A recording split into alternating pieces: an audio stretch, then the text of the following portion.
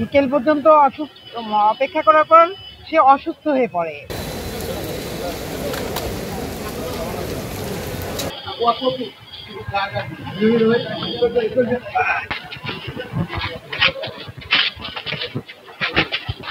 পূর্বের কোর্টে জবানবন্দি দিয়েছিল, আজকে জেরার জন্য দিন ধার্য ছিল।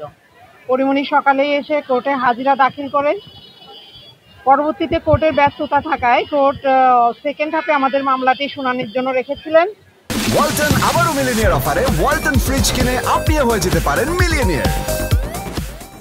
পরিমণি 3টা পর্যন্ত বিজ্ঞ আদালতে ছিলেন। পরবর্তীতে অসুস্থ হয়ে পড়ায় উনি বিজ্ঞ আদালত থেকে চলে যান এবং আমরা একটা সময়ের দরখাস্ত করেছি, দরখাস্ত মঞ্জুর করেছে। আগামী 9/9/2025 তারিখে জেরার জন্য আবার দিন ধার্য আছে। 2 দফা আদালতে এসেও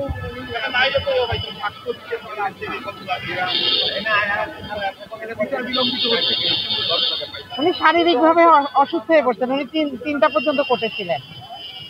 বিকেল পর্যন্ত অপেক্ষা করার পর সে অসুস্থ হয়ে পড়ে, যার কারণে আমরা তার পক্ষে একটা সময়ের দরখাস্ত করি।